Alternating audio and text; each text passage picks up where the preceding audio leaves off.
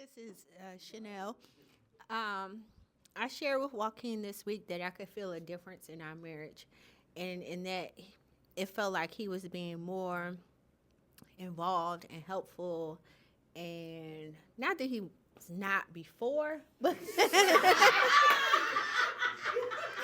but it felt different. And so I acknowledged that I could see he was putting in more effort around the house and like being more patient with us and things like that. So I let him know that. Oh, and on the way here, like I told him, like you said, I get really excited about coming here because it's like rare and far few that we like get out by ourselves. And I was like, I don't care what we go do, but the fact that it's just the two of us, like by ourselves together, like I put on all our old songs in the car, and everything. Like it's a whole moment for me. So I look forward to coming to this. That was a paid advertisement from the new kitchen I just bought.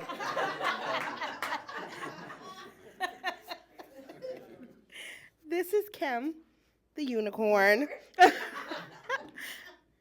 marriage is still blissful. I still so madly love him. Almost 2 years in April. You dropped the church's money.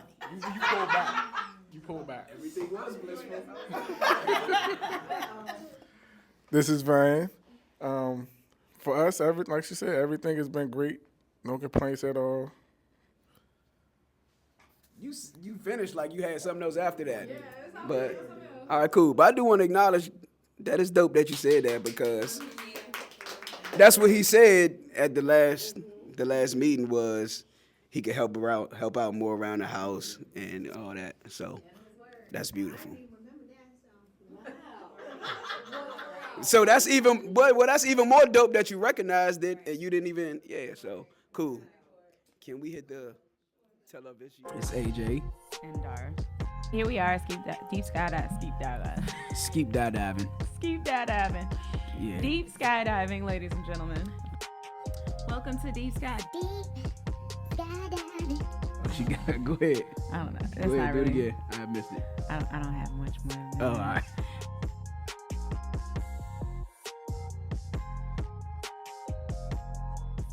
So, deep skydiving. Deep skydiving.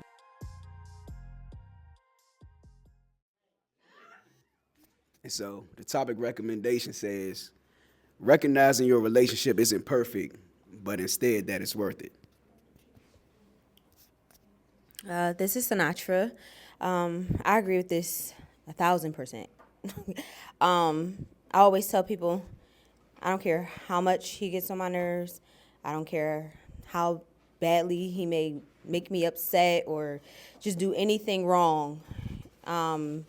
It's worth it for sure. Like we know how to fix things at the right time. And it's our friendship is first. So because that friendship is first, it's like I will never lose my friend within this relationship, within this marriage. So it's, just like how I do for my girlfriends.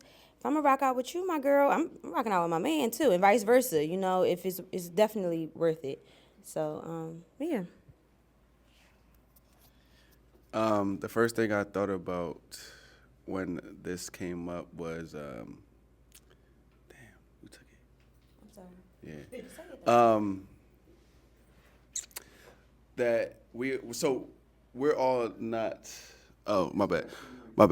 So we're not perfect, like together, but we're not perfect individuals, but we're perfect together. And I wouldn't want to go through anything that we would go through with someone else, if that makes sense. So that's how I thought about it. I guess the first thing come in mind, just thinking back, been 15 plus years, so we definitely didn't have a perfect relationship. It has evolved into it really being worth it, where it is now, just the overcomes and everything else. So that kind of just stuck in mind. Oh, Tamika. This Ronald. The the first thing that came to my mind was just to piggyback off Tamika. Our relationship wasn't perfect because as individuals, we aren't perfect, but everything that's positive and that has been positive in my life over the last 18 years is because of the young lady sitting to the right of me, my wife. So that in itself, just being married to her, anything that we've went through and we've overcame to be where we are now is worth it. This is Dara. I'm not in a relationship currently, but it just made me think about like how you guys ever seen paintings that are like worth millions and billions of dollars, but they have like all of these things working together in the painting. Like you don't know necessarily what the artist even meant, but it's just a big creation, and there are people who are blessed by just being able to see that work. To me, I feel like that's what marriage is. Like sometimes it's chaotic, sometimes, you know, you got your blues, you got your reds, you got your whites, but if all of those things didn't work together, then you wouldn't have a painting, right? So to me, that's what that says to me. Like, it's gonna be crazy, right? Like, you still look forward to it, but it's gonna be worth it in the end. Like, it's gonna be something that blesses so many people, and that's what I get from y'all, so.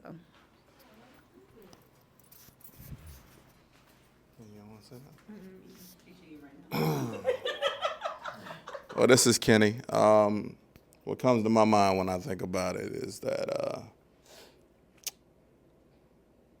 God is perfect at himself, and with us, we're not perfect, but he knew that dying for us was worth it. So that same sacrifice that we take as men within our relationships, we should do that for our wives. I know mine is worth it. He wasn't gonna say that anyway. Now, how do you follow that? Okay? Husbands, love your wives as Christ loved the church. But sometimes it takes events to happen for you to realize that your marriage is worth it. And it doesn't discount anything with the person, but to be, I guess, vulnerable. I'm a product of a divorce, and then I saw my mom married 2 other times after that. This one has stuck. The third one stuck. But in my mind, when we got together, I always had an exit plan. And it wasn't until I had my daughter and I thought about all the things that I went through that I said I owe this to her to like really put in with him so that we can raise her correctly or whatever. Now, it's 4 daughters, and like I can't imagine like what life would be like without him. So this Joaquin. Oh, I don't like that. This prompt or whatever. Yeah, that's not really my thing. Recognizing your relationship isn't perfect, but instead it's worth. I don't know, because for me it's not like a relationship. It's like more like an oath, a commitment. Like you in it. You know what I mean? Like it just is what it is. But what I do think about, there are events that can really shake your marriage, and it's like when you go through those, that'll make you test it. You know, one thing come to mind, I never forget this. We were working from home, and I think she had ran out, and my daughters were home from school, and my oldest one had picked my youngest one and took her upstairs, and she was choking. And she had swallowed a quarter, and she was choking. I was on a call. So I got off the call, and then she was choking, and I was like, man, this is crazy. So I'm thankful my oldest daughter brought her up. And so I'm like, man, she's really choking. So I just started praying, patting her back, swiping her throat, CPR, boom, boom, boom, boom, praying, all that stuff. I'm like, you're not going to die. You're not going to die. She's starting to turn blue. Like, you're not going to die. You're not going to die. That started hitting her harder. Quarter popped out. Poof. I just held her, right? I'm shaking. I just held her. But when I told her that, she was like, yeah, I don't know if I could have ever forgave you or got back by that. You know what I'm saying? So, like, real life events will really test your marriage, right? And, like, relationships come and go, right? It is what it is. But, like, you know what I'm saying? And, like, I don't know if I could have done anything different. It's by the grace of God that my daughter acted quickly. You know what I'm saying? Some of the stuff in some of these classes, prenatal stuff, don't get kicked out of your class like I did, man, when you go in there and talk to the doctors and stuff like that. But, like, some of that stuff is legit. But there's some things in your marriage that can rock you. And it's just, what are you going to do? Like, are you going to stay committed to if you're married, to the oath you made to God? Because you're going to go through seasons where things aren't perfect. Seasons, day after day, you're going to wake up like, shawty, this is, and I don't know if I'm built for that. And you're really not, right? It's just, if you believe in Christ, he'll be able to carry you through. So, I don't know. Nothing's perfect, right? But, marriage is definitely worth it, though. This is Kim. I agree with Kendall, Kenny, and Joaquin. Wow. This is Vine. I totally agree with the statement. Relationship isn't perfect. With us, of course, we have our days when we get on each other's nerves, but it's always when we get back together that makes it more worth it to know that it was worth going through what we went through. And it's wild. I've been doing devotionals, and one of the scriptures that came up was about relationships, and it was Ecclesiastes 4, verse 9. 2 are better than one because they have a good reward for their toil. Really? Oh, okay. Really? I'm done. But yeah, it just made me think about that scripture because the way God did everything, he did everything in pairs. So it made me think that there are things that I can't do without her, and there are things that I don't want to do without her. So it just made it really more hit harder now that I saw that scripture. That's my husband. That was Van.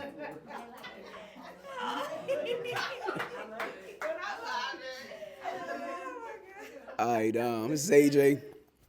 I don't know, man. When Chanel was talking, man, I felt like I wanted to cry or something almost. Like it just hit me like in my soul. And then when Joaquin was speaking, it was making me think about that word worth it, right? It's like completely subjective.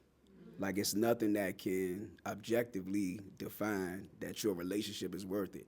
And so it's like a choice that each and every one of us like have to make. And saying that, I saw this social media clip where Corey Holcomb was speaking on his podcast. I know a lot of people have a lot of opinions about Corey Holcomb, but he said something that I didn't think about, and it shook me. And the lady was arguing with him, saying that, men, one good woman ain't enough for them. Men want to have 2 or 3 good women. And Corey Holcomb said, men don't find 3 good women in their lifetime. And I was like, I don't know, man, I don't agree with that. And then as he started to elaborate, he said something, and I was like, wow. So I'm single, for the record. And it made me think of, like, all my past relationships, I said, like, I had good women. Some of them, like, but good women. None of them were, like, terrible. But he said something. He said, you can't say, he said, a man is lucky if he finds one good woman in his lifetime. And they told him, well, define what a good woman is. He said, a woman that you could hold up in the air to God and say, thank you for her. And so everybody's in here married.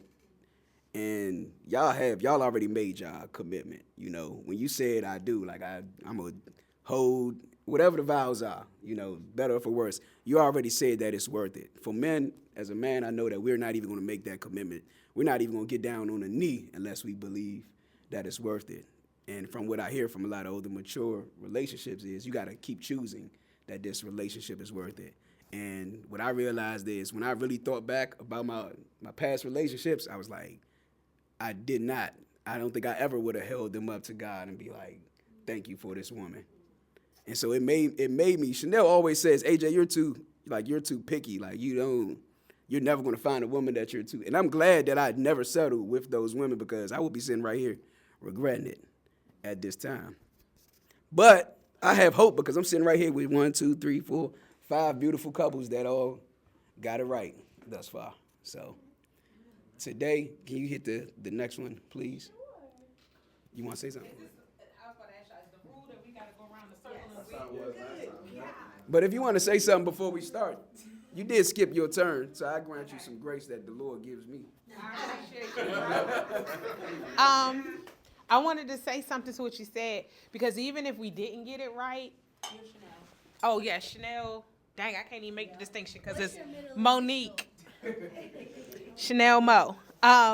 Even if we didn't get it right, or even if it was rocky starting off, God's grace, because I could say, as y'all know our story, we started off a little tough in the way we started, but God's grace really took us to the 14. Are we at 14? 13, sorry. We're going into 14. Right. 14 year that we're at, whereas I know several people probably did not think at the IHOP after our wedding we were going to make it. So I'm just trying to encourage you that even if it start out funny, if it does, not that it has to, but if it does, God is, he's a working it out for your good type of God. All right, so welcome to What Did You Hear Me Say Again? Ho, whoa, whoa, whoa.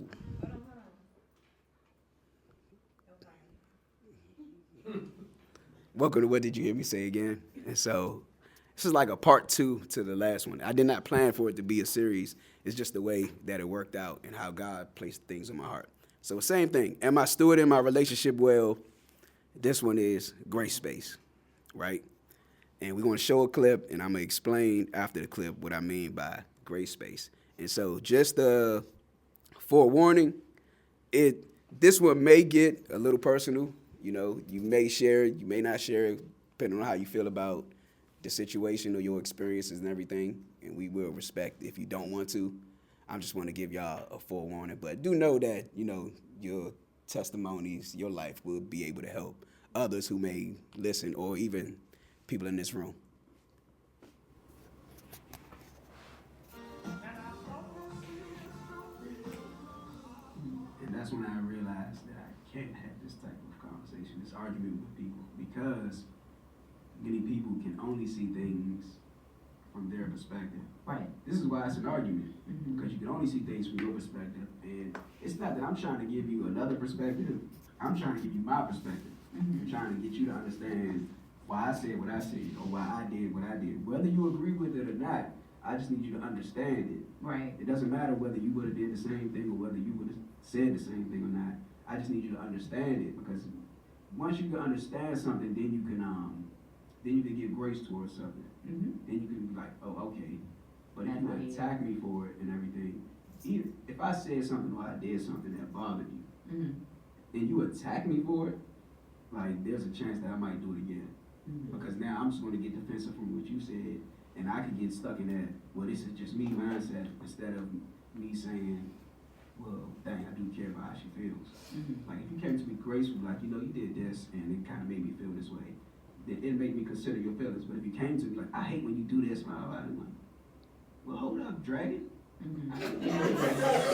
Not intentionally, but it didn't trigger the compassion in me to not want to do it again. It made me defensive and put up a shield to where now I'm not dealing with that part of me that bothers you.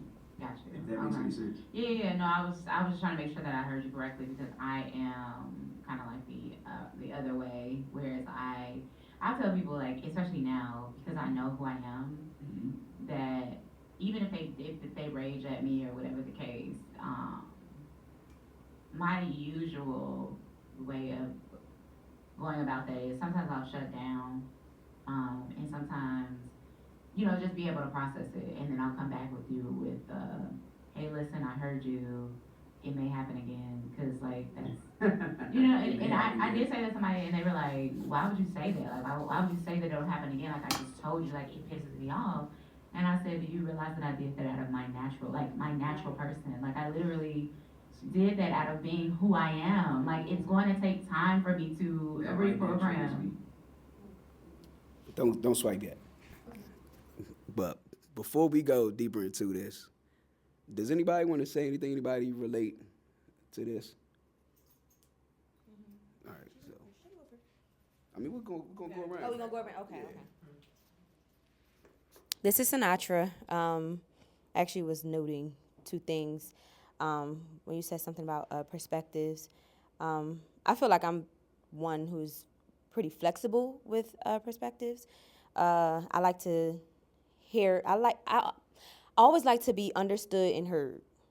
So I want that person to do the same.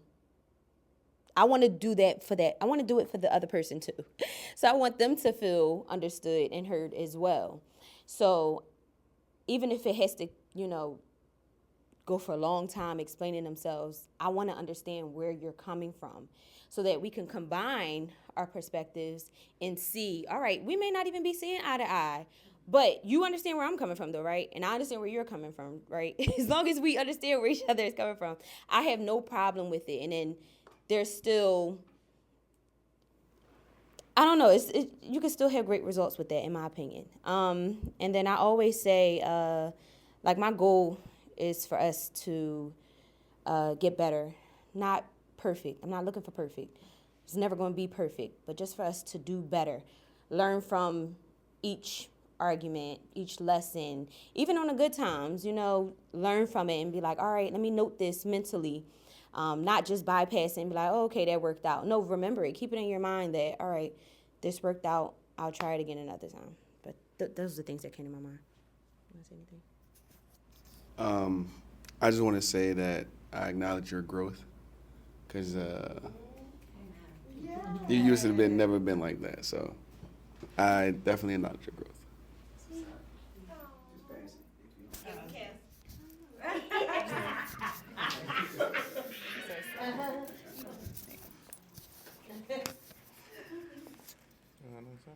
No. I've been talking all day. I told you that. All right, Dragon Lady here.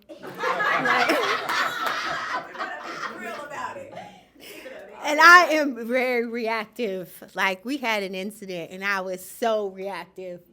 Do you know what I'm talking about? When you threw my stuff in the dumpster? Oh, yeah, you was tripping. I was very reactive, and it just makes me feel so unheard. It depends on the level of irritation I get from it, I guess. If I can, let it go, I come at him a little softer, like, you don't think that's true? Oh, you kind of look like when I said softer. But if it's like really bothers me, I am the Dragon Lady. Yes. That doesn't bother me, right? Like, it bothers me that she's upset, but it doesn't bother me because, one, in that situation you're talking about, I didn't have malintent.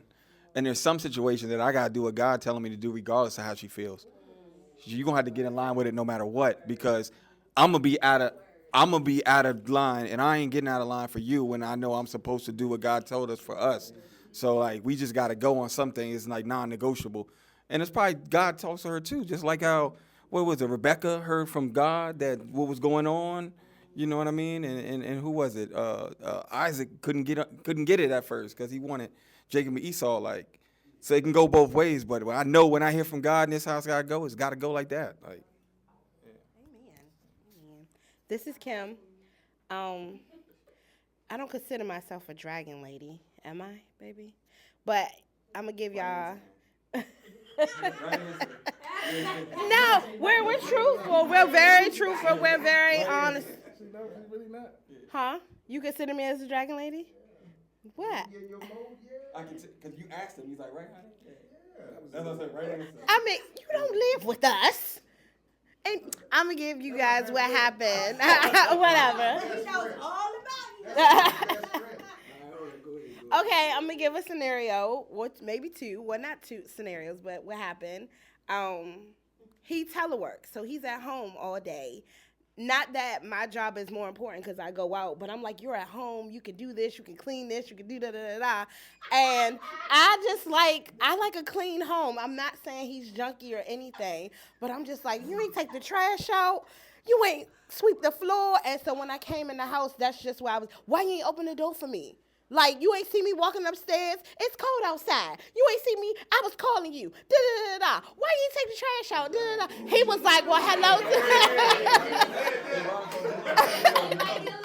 I mean,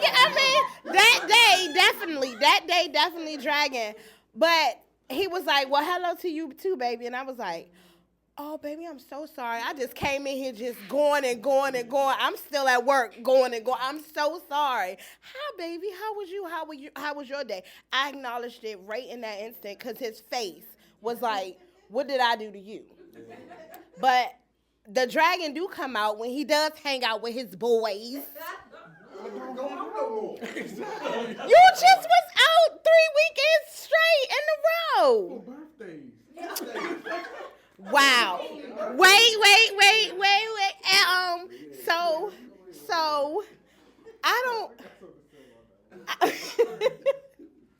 I like to go out, but I don't like to go out, if that makes sense. I would rather stay in the house and stay cozy. He likes to go out. So go out and have a good time. But I have the comfort of him now that we're living together. I need to fall asleep knowing that he's safe. I need to, I pray for him everywhere, every time, but I just need that security. And he will not text me when he made it, or he won't answer the phone because he can't hear the phone. And I'm up like, where is this, Lord God? Please, in the mighty name of Jesus. This man, I'm looking out the window and I'm just like, Lord, it's so much crime happening to black men for no reason. And he's a black man and we don't live in the safest neighborhood. And I'm just like, Lord, he's already gotten robbed coming in the home before. So my mind is just there. And so I do become a dragon when I finally see him like, oh my God, I missed you so much. Why you ain't call me? Why you ain't text me? Why you ain't tell me something? And he like, okay, baby, I'm home now. Can we kiss, go to sleep? No, I'm still mad. I was still worried. Acknowledge my worry. Acknowledge I was mad. Now you, baby. This is Van. So, with me, like you said, we working from home. Me working from home is not what she thinks it is. When I work from home, I literally have to sit still and answer phones all day long. So, she'll call my phone, and then if I don't answer, why didn't you answer the phone? I'm on a call. I can't answer my phone. The going out part, I only go out 4 times a year now with my brothers because all of my brothers' birthdays are all of my brothers are Capricorns. This is the crazy part. So I literally from Christmas up until Martin Luther King's birthday, all my brothers' birthdays out. So she knows from that time period, those are the only times I'm gonna ever go out. I ask her all the time, would you like to go with me? No, I'd rather be in the house. So she'd rather be in the house. But you have had moments where you wanted to go out and you still went in the house and went to sleep. So with me, it's like she said, I literally, when she says certain things, I'm the nonchalant one. I'm literally the one that will, I'll look at what she says, but she's mad. But I know why she's mad. I don't go at that level with her. I literally I understand what she is. I understand the reasons behind everything. So I've gotten to a point where every time I do go out, I'm here, I'm on my way home. I see when I pull up, stuff like that. So it's gotten to that point where when I first started, it was to that point where I wouldn't text. But now when I go out, I would literally text her phone, let her know I made it, or let her know where I'm at, let her know I'm on my way home. But outside of anything, we don't have any issues to where she's not the dragon lady at times. But as far for me, I'm starting to become a homebody because of the fact that me being at home. But with her points of me not doing those things in the house, when I get time to do those things, those are the times when I do it. But in her mind, I'm home, it should get done. But it has to be understanding to know that I am at work. I have to literally tend to what I'm doing. So that's the only thing that I would say that needs to get worked on a little bit. But it's more understanding now. Mm-hmm. Beautiful. All right, so you missed it. It's crazy, but I can't respond to something You can. you said after You can. When it gets there. So. I'm cool with holding it, just don't tell me no. All right. Thank you. So the foundation of this is gray space. It was some things that were said, right? Let me ask this, how many of y'all know your partner? Like you feel like, I know my partner. All right, good. I respect the honesty, right? Because this will test it. Like I said, you can share if you want to, you don't have to. Can you, yeah, you can go to the next one. And the reason I ask that is because the way you perceive things is 100% driven by your experiences. Like, so you can't see something. Somebody has to teach you to see something their way if they never experienced those things. And a lot of times they still won't get it. And that's why the foundation of this is gray space. Because a lot of times you might not understand why she's coming home and it's straight boom, boom, boom, boom, boom, boom. And then you're like, your response was perfect. Well, hello, baby. That was perfect because that disarmed, soft ass to turn away wrath. But a lot of times, we might not even know what that is. She could say that's from, I had a long day, this and that, such and such. But that response, she didn't generate that response because of her day. Like, there's something in her past, because I'm pretty sure that's not the first time she may have responded like that. These are things that are, like, ingrained in our character. And so when you see this, right, I know probably you feel like it doesn't make sense. Like, train up a child in the way he should go, and when he's old, he will not depart from it, right? And so you have intentional training and unintentional training. This ain't about your kids. This is about us. Because at one point in time, we were kids, right? And so there could be experiences or traumas that we experienced when we were younger, especially being raised by our parents. There are things that we probably accuse our parents for, like, I don't like how my parents did this, but we don't know what they went through when they were younger. And these are the things, like, when you said something last time, you're like, I don't believe in generational curses, but like generational behaviors or something, whatever. It's a spiritual element behind that, which allows that to be a curse, but they can also be broken. Like, it's not something that has to be perpetuated, but you can't stop it unless you know where it comes from and you can address it yourself, right? And so you had a perfect response to that, but she could also hold herself accountable to not come like that again when she really understands why she's doing that. And so who understands the difference between, like, intentional training and unintentional training, right? So the intentional training is when your mother, your father, sister, they want to teach you things. They tell you, like, look out for this. These things happen in life. You got to be a man about it, got to be a woman about it, whatever. The unintentional things are the things that they not communicating to you. And I'll put myself out there to help understand where this is going. When I was younger, when I remember my mother and my father was arguing, my door was cracked. It was nighttime, it was the middle of the night, and I seen my father had a knife. Don't know what happened after that, but I seen that. I know that I could hear them arguing. My mother's a nagger.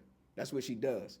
Like, she will keep driving the point until you just can't take it no more. And I remember I was probably like 5, 6 years old, and I remember seeing my father through the crack of the door with a knife and everything. And then after that, all I remember is my mother taking me, and we went and stayed in a hotel for a couple of days. So what that has done to me is I can't stand when women nag at me. Like, all you gotta do is tell me something one time, and look, that's it. I get it. I'm sorry. Let's move on from this.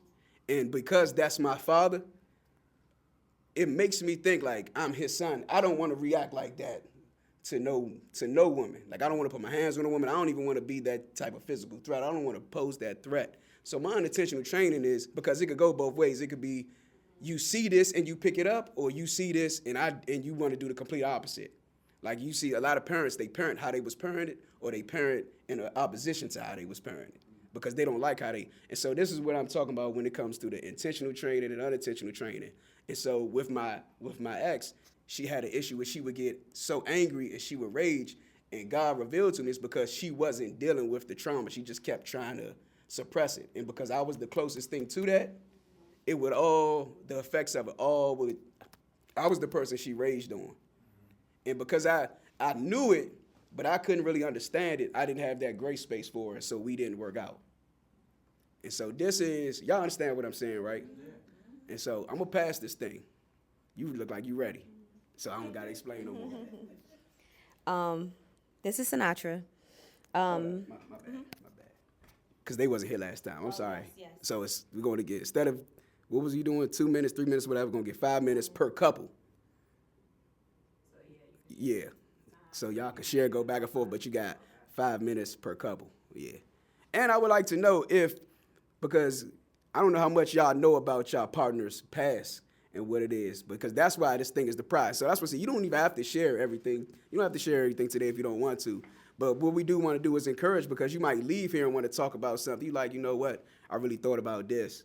And I struggled with this in the past because my mother used to yell at me, or my father never spent time with me. That's why I'm always clingy. That's why we just want to promote that, because, again, we're here about, bringing the togetherness, having us work well together for the, hold up.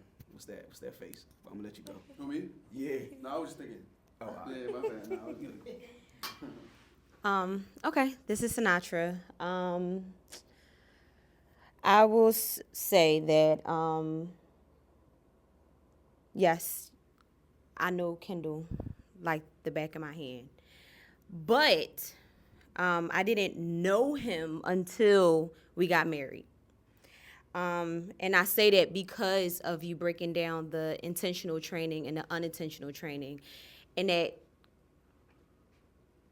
realization came in when we were raising our son together. If some of you don't know, we did long distance. So I did majority of the, would you say majority of the parenting? Majority of the parenting of our 7-year-old for the first 5 years of his life. So with my son, I did both, intentional training and unintentional training. But when we got married and we were under one roof, I noticed that now I'm doing intentional training with both of them. And I say that because there are times when I don't have to, but it helps us out for me to help him out with our son, but that's making him a better person as well, in my eyes. I believe in a person's potential. So if I could see it within you, I'm going to keep pushing it until I can't anymore. So that's where the intentional part comes from. There was something else that you had said about, I can't remember, but I said, I would try and get him to realize, childhood. I would try and get him to realize that you're allowed to switch things up. You're an adult now. Like, yes, your parents have taught you how to do things a certain way, but you can literally make it your own way now. Like, make it your own way. You don't have to listen. I mean, you still take heed to what they said. Still honor your parents, yes, but you're an adult now. You are responsible for yourself, and now you have someone else looking up to you. So, but it's harder for him to go ahead and do that because I was the rebel child. He wasn't. Okay. And then my last thing was, I've asked him before, my tone and how I say things, does it remind you of how your mother or your father has said it? And if so, how can I switch it up so that you aren't triggered, to shut down or, I just need communication, so here you go. This is Kendall. So the unintentional training for me is the authority figures. I do not like to be told what to do. I can't stand it. And so when I don't know. No. I wasn't even thinking about that. So it's just like, so when I'm going about my life, I'm going about doing things that I want to do. I don't like to be like you just said. Don't tell me no. I feel the same way. Don't tell me no. You can say other things than no. I hate the word no, or I hate the word that you can't do that. Don't tell me I can't do anything, because I'm gonna prove you wrong. I'm gonna tell you the reason why I'm gonna do it, and I'm gonna do it. Yes. So that's the unintentional training for me. The intentional training, so for me, I think I told you last time, but my dad was working a lot when I was a kid, so he wasn't really around. So my mom literally did everything. Like, it was me and my mom against the world, to be honest. So like, she was intentional in the sense of, I can only teach you but so much. and I understood that. So I had other father figures, but she taught me the way you should treat women, or the way you should the way you treat your mothers is how you're going to treat your women. So I chose to intentionally treat my mom like my mom is my queen. My mom is my, like, she's up there. Like, now that she's here, she has to share. But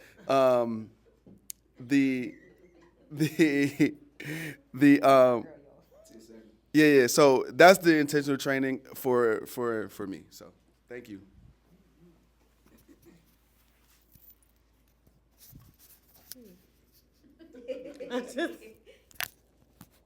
I'm gonna let you go first. This Ronald, my whole life has been unintentional training. My father lived probably about 10 minutes away from me where I grew up at. My father never came to get me, never did anything. When I turned 11, I facilitated and fostered a relationship with my father and that entire side of the family. Everything that I learned from my father, I learned by watching him. He's never set me down and taught me anything. My mom never really set me down and taught me anything. My whole life has been unintentional training, which and going through therapy, I realized is the reason why my marriage was so fucked up. Because I would look at my wife sometimes when she tried to explain or she get on me about certain things. I couldn't understand why she felt that way. And the only thing I could equate to was she was trying to make me be or do what it was that she wanted me to do. I didn't realize that as a man, those are some of the things that I should have been taught, what to do and how to do. I didn't realize that the stuff that my father didn't sit me down to teach, but the stuff that he unintentionally showed me, it kind of, was prevalent in all of my relationships. I've just been able, within the last 4 years, to be in a committed monogamous relationship. I've never been monogamous with any of my relationships. My father had children by multiple women while he was married. Been married several times. I saw that and I wanted to have some type of connection. So I'm like, damn, man, my Pop's a player. Like, he got them all over. So unintentionally, that was embedded in me, and I didn't realize it. And it lent to, all of the issues within me and my wife's relationship. And then you factor in, I come from a family of addicts and alcoholics. So nobody set me down and said, hey, this the best beer to drink, or this the best liquor to drink. I just observed everybody drinking. So I started drinking at 13 years old. Like I told Chanel, I've been off the porch since I was 13. So I started drinking when I was 13 years old. I just stopped drinking in 2020. And I'm getting ready to be 48 years old. And all of that unintentional training made it extremely difficult for my wife. Extremely difficult. Like, nothing that I put her through, she deserved, and she probably don't understand, like, damn, man, he a good dude, but he got a lot of shit with him. You know what I'm saying? Like, where do it come from? And that's why I was like, I don't believe in generational curse. It's all learned behavior. You know what I'm saying? Because my grandfather was the same way that my father was. But ain't nobody sit down and say, hey, I want all the men in our family to be like this. You know what I'm saying? That's why I don't believe in generational curse. That shit learned behavior. You know what I'm saying? It's applied learned behavior. Just keep on going. I had to break the cycle, and now I intentionally have these conversations with my son. First and foremost, I apologize to him for anything that I've shown him, not intentionally trained him on. You want to say anything, baby? This was really all for you. I mean, I knew it actually was. Like, when I saw it, I was like, yeah, this Like nothing. I've never been trained on anything. Like we had conversations, and it's like I never did that. Ain't nobody never showed me that. And I'm, like I said again, I'm about to be 48 years old. You know what I'm saying? A lot of respect and the way that, you know, I should have been shown how to move. I learned in the last 18 years, man, from being with her. So, yeah. Thank you for sharing that. This is Dara. I actually am glad that you said that because we had the conversation about this in a barbershop, and at first I was like, no, I really don't. Like, I understood you, but now I understand. Like, because when AJ presented this topic to me, I was even like, no, but I totally get it. Like, you literally are teaching your children whether you know that you are or not. Like, your child is watching you, everything that you do. And that's exactly what happens, you know, in my life as well. And I told him how, like, it's crazy how we put our own spin on things, but the issue is never that you put your spin on it. The issue is that you think that that's the only way to do it.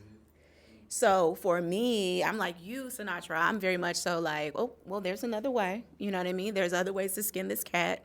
Let me hear it. What you got? You know what I mean? And it doesn't mean that I have to like stand firm in what you believe. It just means that like, let me take those things into consideration because obviously your childhood is not any less than my childhood, right? And I feel like that's what's important in this whole discussion is like, you know, we could talk about our traumas, we could lay them all out, right? But the point isn't that we expose the traumas more than we're trying to understand the other person.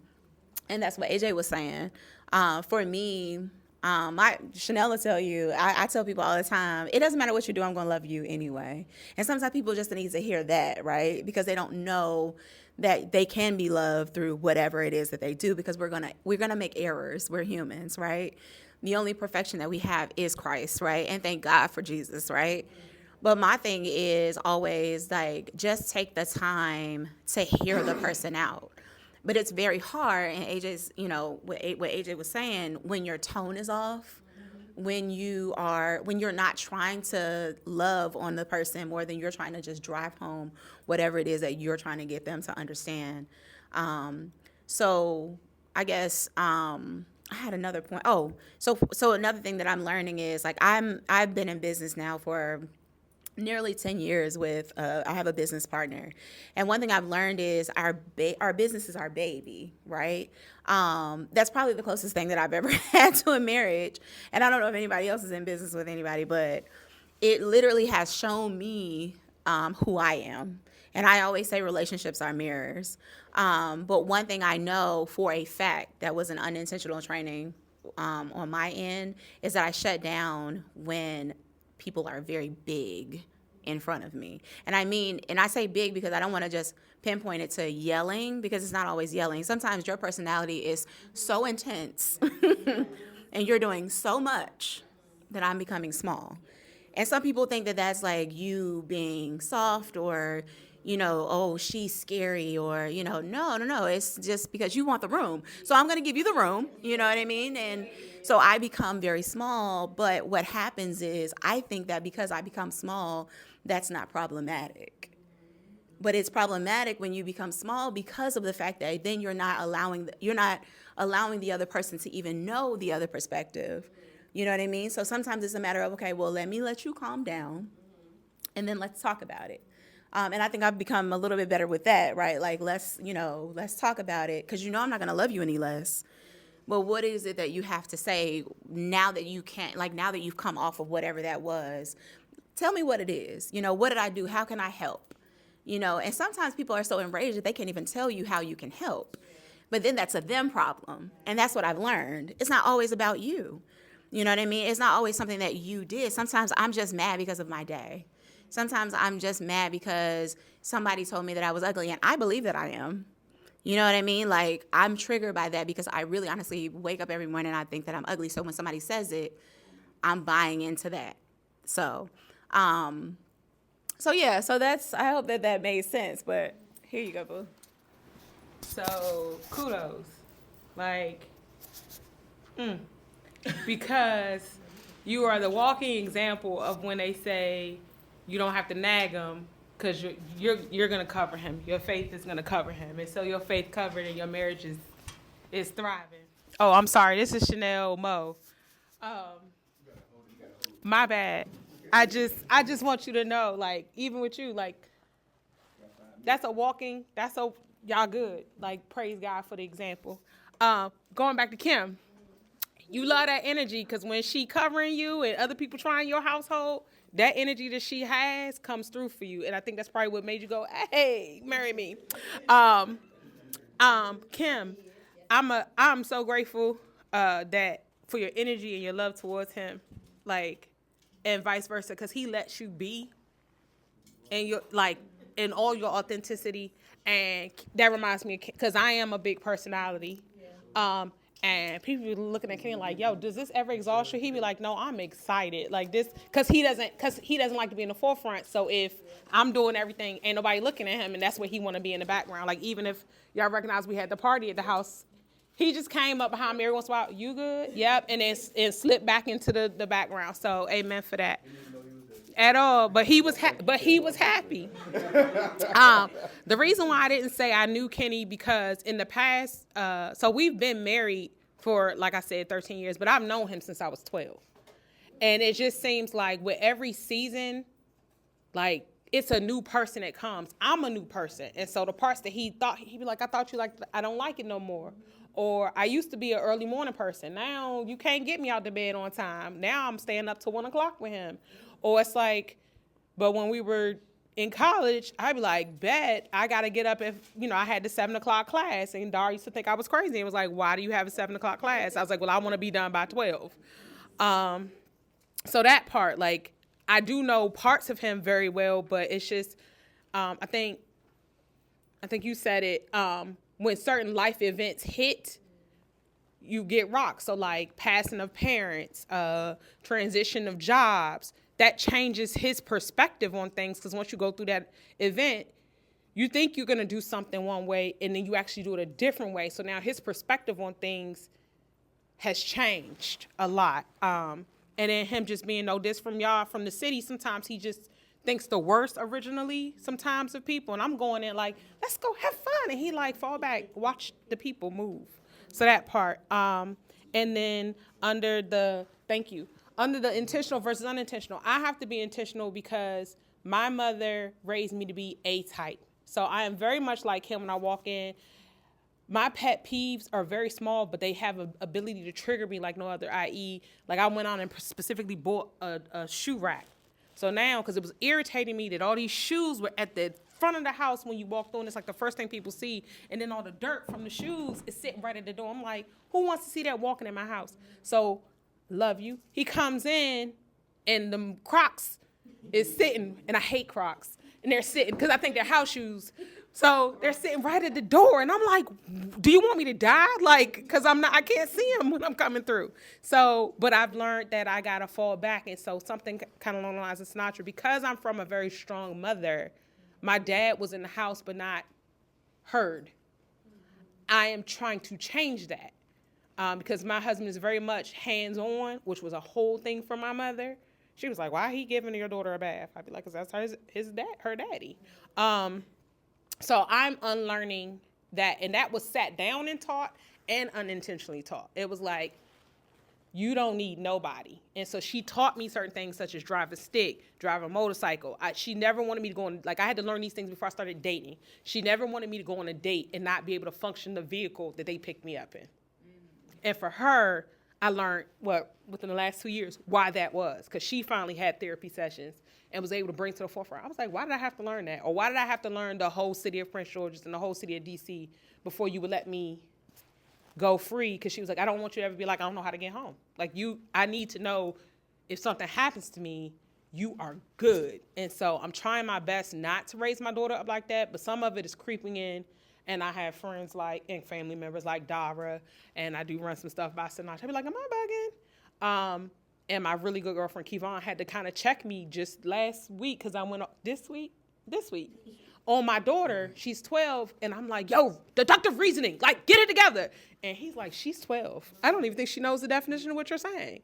So that part. So I'm praying that eventually, and I thank God that He has patience with me to get there, that I'm not repeating the cycle.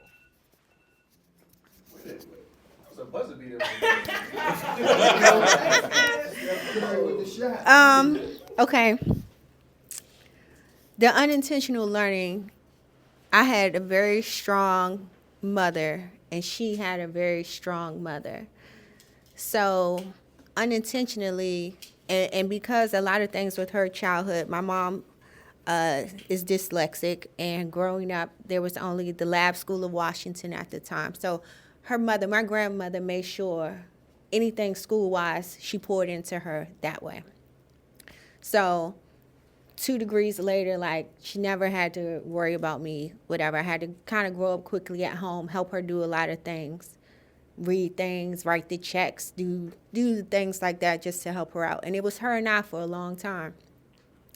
So unintentionally, I took on all these stronger roles and brought those in to our marriage. So I had to unlearn a lot of things, especially when it came to letting Joaquin lead, like me, first of all, and now also with our girls.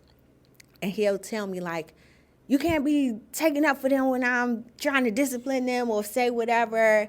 And I get it, I agree, but like, I want to be fair too. Like, well, they just did whatever. So that's where we are now in the learning curve of parenthood. Okay, and then, so Joaquin had to intentionally teach me a lot of things that I had unintentionally learned from my mother and grandmother. And then also, I think with each other, like, one of the things that connected us was I had a lack of my biological father, and he had a lack of his biological mother. So we both knew what it was like to have that void of a parent, and I think that is where a lot of the wall came with me too, from letting him lead. And even sometimes I think he has a hard time, like, I'm not trying to tell you what to do, but like, can you hear me out? And it just feels like he doesn't want to hear anything that I'm trying to say sometimes. I think that was it. That was all my notes.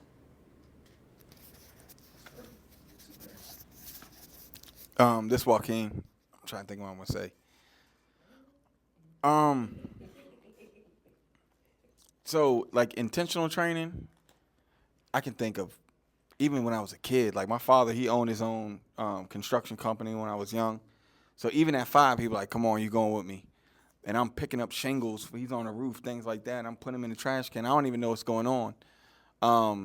But like I remember at the end of the day, like, we worked for like 8 hours. He gave me a $20 bill when I was 5 years old. And I'm like, oh, okay.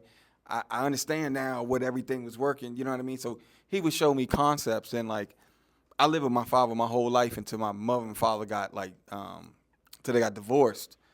And we lived, I lived everywhere. That's why, like, when you was like, man, I want the same block, man, we be gone. Like, I grew up in west side of Baltimore, Dade County in Miami, Virginia. We was just moving, like, all over the place. But I always had them, you know what I'm saying? And I was always the weird kid with, your dad got all 3 of y'all? Like, you know what I'm saying? So my dad raised me and my sisters for the most part. And yeah, my mother, I love her. I love her because she taught me about Christ. She put me in position to learn about Christ. But everything else I learned about my father. And even though, like, my dad, man, the dude is off the hook, man, like, really off the hook. He'd say some crazy stuff. But he never talked bad about my mother. So, like, the resentment I had towards my mother, there was nothing on my dad. Because my dad's like, why are you letting that bother you? Things like that. But, like, no doubt he taught me how to be a man. Always had to work, always had to provide, always, like, without a shadow of a doubt.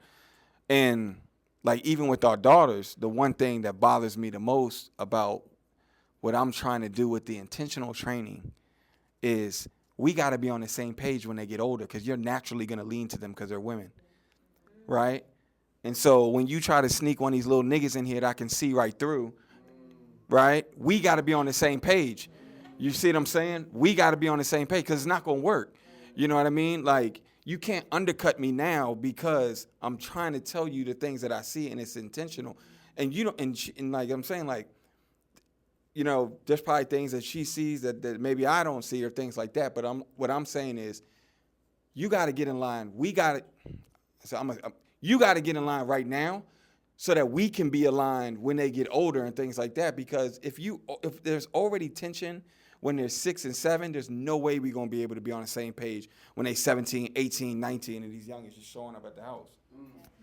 I'm all for avoiding the little niggas when they come.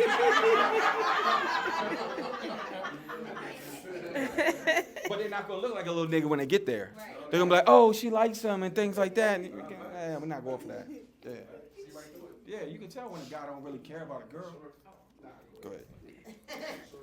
This is Kim. Van and I, we don't have children yet. But I am, like, I'm a child of both, I'm going to say. I was raised by 3 people. I have my mom, my sister, and my dad. My mom and dad never lived together. Like, I guess younger. I don't remember my younger years, but he's not my biological dad.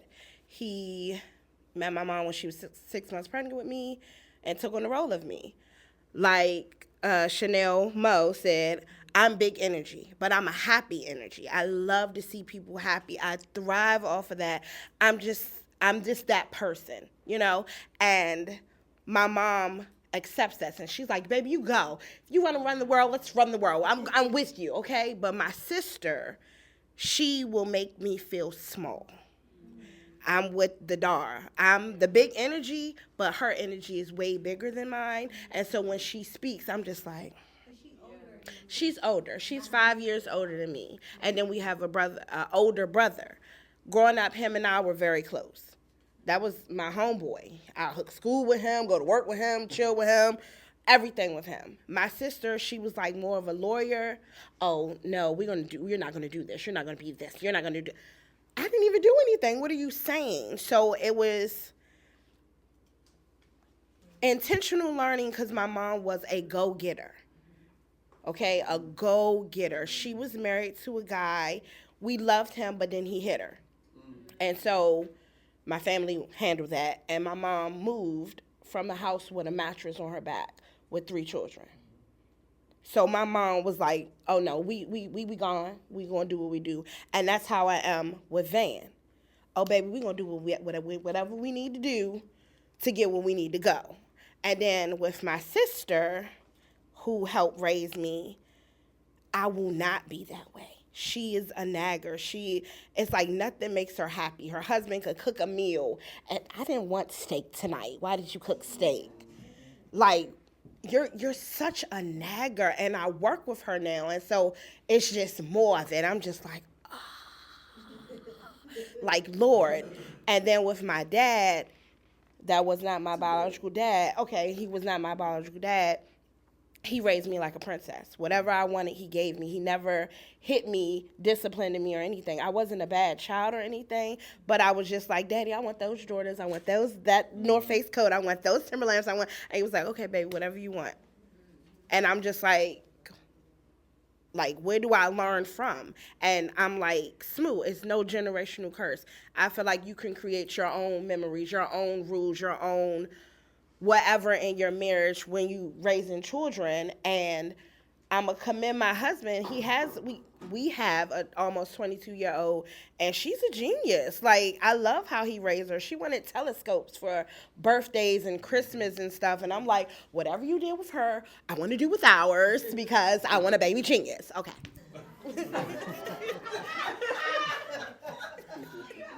This is Van. So with me, it was more unintentional training than it was intentional. When I was raised by my grandmother, my mother, and my stepdad. My mother, it was more unintentional training, meaning if it was certain things that I wanted to know about, don't do that because I said so. I never got an explanation. I had to find out things on my own.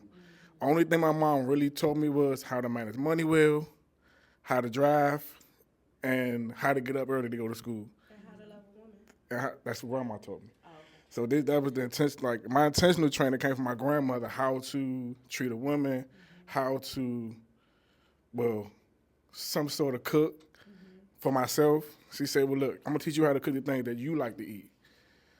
Don't do that. Don't do that. Don't do that. Don't do that." But my intentional, like my unintentional training was like I like to sit back and just watch how my dad treated my mom, and it's wild. Me and her are kind of like how they are. I'm kind of like him when it comes to when she's how she is. I kind of reserve to the point and just listen to what she got to say, and in those ways, like I said, the intentional training came off my grandmother. Well, yeah, more came from my grandmother who basically told me, this is how you treat a woman. You need to do this, you need to do that, you need to make sure this happens, that happens. And those things stuck with me. To this day, I still look at my grandmother as like she's my mom. Instead of, like my mom was, we had our fun, we did what we did, but she was more like sister than mom. So that's when it comes to me and my relationship with my family, me and my grandmother relationship is like everything. So when it comes to like training, like you said, my daughter, that unintentional training turned into intentional training because I didn't want my daughter to be like me. I wanted her to be able to tell her, come to me when you got a problem. This is what you do when you have this. This is what you do when you do that. Because I didn't want her to end up like me because I seen her go on that same path as me because of us being only children. So it was being to yourself, not want to talk to anybody. So when I seen that, I kind of told her, like, if you have any problems, come to me. If this is what you do when you have the situation. So that's how I learned. I learned from just watching. I had some intentional training, but most of my training came from me being just observant of everything in my surroundings. Do we want to lap again? Anybody else got? Do y'all want to keep it to you? Cause I know a couple of y'all ran out of time. Well, we're going to lap again anyway. You say you do? No, we're going to lap again anyway because I do have a couple of questions. And somebody else might have questions for somebody else. I don't know. But yeah, let me start. Let me start my time because I don't think I went. 99% of my intentional training came from school. My mother didn't teach me anything. So everything that would have came from my mother was unintentional. So I barely remember my father. I only have two memories of my father. One is the knife incident, and one is when he took me to this park in Northeast I wanted to go to. Every time we used to go to my grandmother's house, I used to see that park, and he took me there. And I just remember that he took me there. I don't even remember what we did or any of that. And so 99% of my intentional training came from like school or daycare, and that's not things pertaining to life. That's like 13 squared is 169, like things like that. Everything pertaining to curriculums of school and all that. And so I had to literally create my own man, brick by brick, coming up. And I grew up in the hood. So the majority of dudes I seen, I did not have respect for because they were either drug dealers, so I didn't look at them as somebody that I wanted to be like, or they was crackheads. And today I got respect for crackheads because I see them as humans, but back then you like, nigga, you a clucker. They human, but I'm like, man, you a clucker. Nigga, ain't nothing you can tell me because they used to try to encourage me and everything. Like, man, see you doing your thing, man, get out my face, clucker. I'm gonna be selling you crack in a couple years. Like it ain't. but that's in that. That's what ended up happening. And so I always I used to have to look like I want to be like Kobe Bryant. I ain't playing no basketball or anything, but I want to be great. I want to have that kind of drive. Like I see Denzel Washington, watch all his movies. Like I want to be like that. I would take things. I like how he's composed and everything, how he carries himself. Like even today, I find myself doing that. Like I watch the dude Andrew Tate that everybody hate, but I watch how he sits. Like he sits like this, he postures straight up and everything. Like he makes his stance known in the room. Like his posture. And I was like, I'm gonna start doing that because I want to work on my posture anyway. I follow this dude named Pat Bet David.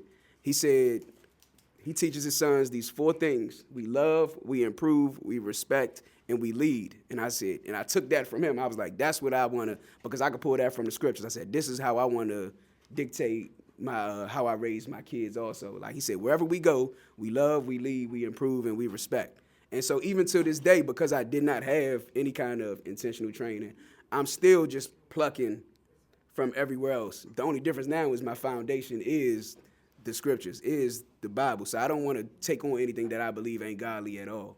But all my training was unintentional. It was intentional on my behalf because I seen stuff and I wanted, but it was all unintentional by other people. And I only say that because I used to get mad. I got mad at my mother because she took me out of football. This is what made me start disliking my mother. I was playing football my 95 pound. And so this is like my second year playing football, right? I got a team of brothers, like men who understand this. Like when you become a part of a team, you got brothers y'all love. Y'all literally go in the war together. She took me out of football and put me in boot camp, put me in this Young Marines thing. In the middle of our season, and that's the season we went to the championship and everything, and I don't know, I probably was like 10, 11 years old or something. It made me start resenting my mother right then and there. Yeah. And it broke my relationship from that point all the way till I was 21 years old. And because of that time, I had no respect for women. I was doing, they was objects to me. I objectified women, all of that, until I met brothers when I was 21 years old, and I seen brothers that was married, that loved women, that respected women. It made me like, you know what? All right, there is another side to this. This is what I want to do. But I was damaging to my whole community, men and women, like how I just seen things and how I carried myself, men and women, for what? All of my teenage years up to I was 20. And it didn't completely stop when I was 21. That's just when the shift took place. Because it wasn't too long ago, 2014, 2015, where I was trying to take somebody's life because of a situation. And that was in Christ. And so it was still like I had to cling on to brothers who was on a more righteous path, brothers who had it together, more mature brothers. And so even now, as a 35-year-old man, I am still like, train up a child in the way he should go and he will not depart. That training is the both intentional and the unintentional. Yeah. The enemy knows, like, he went after Adam for his seed. He went after Eve to get to Adam's seed. That's why God said, I'm going to put enmity between your seed and her seed, because they know it's the seed of man. Like, it ain't generational curses like some big old, this gotta happen, but it's exactly what you said. Like, it's learned behavior. You're going to see these things, or you're going to be taught these things, and these things will continue to perpetuate until somebody breaks them. Yeah. And now, like, the only way I know to break them is to keep brothers like Joaquin, like Van, like you guys I'm meeting now that's holding yourselves accountable. It's the only way I know that you could break those things, because no man on his own could break them. And so I don't know if anybody else has anything to say anything before I ask y'all these questions, because we could lap one more time. So this is Kendall. So I just want to speak on like the intentional training with my son right quick. So I think I mentioned to you guys before, like my dad wasn't intentionally training me at all. So for me, I take 110% to train my son intentionally, like literally intentionally. And I find myself talking to him like he's 21, because my son is like, he's really, really smart, is intelligent, but I find myself talking to him like he's 21 and not a kid. So I use words that he probably doesn't understand. I say, do you know what I just said? No. So what does that mean, Dad? So I kind of overcompensate for me what I missed to give it to my son. And my uncle Rod was the father figure in my life, and the things that he taught me intentionally about being a man is what I'm trying to teach my son. But I can't, for some reason, I just can't give the same training that was given to me, because my son won't receive it well like I did. My uncle would just, he has a way with words, let's just say that. And he's street smart, he's also book smart, but he's just not very well good delivery. And I find myself doing that a lot, and she kind of picks at it a lot, but I just can't, for some reason, find the balance between be intentional and tell and be that dad, or on the flip side, let him learn and life is going to teach him. And I don't want life to teach my son. Because if life teaches you, I led you wrong. You know what I mean? So I'm still struggling with the intentional training. And then the intentional training, I try to show him like, hey, like I work hard to get everything that I have. Money doesn't grow on trees, so I try to teach him to take care of his things. I try to show him, lead by example. And that's tough because he's still young. He doesn't understand. He doesn't have that vision. So I'm just like I said, parenting doesn't come with a manual, and that's a fact. So that's my piece on my son. Nah, thank you for that. But I'll say this as regards for parents with children. I'm not a parent, so I'm probably not, qualified to really speak on it. But I'll say this because it's come from the scriptures. The unintentional training, we don't have to worry about it if we carry ourselves like Christ did. So if we operate in a godly manner, if we operate in holiness, our unintentional training will by default be what's acceptable before God. And our children, if they do veer off, that's not on us at all. Anybody else before I ask these questions?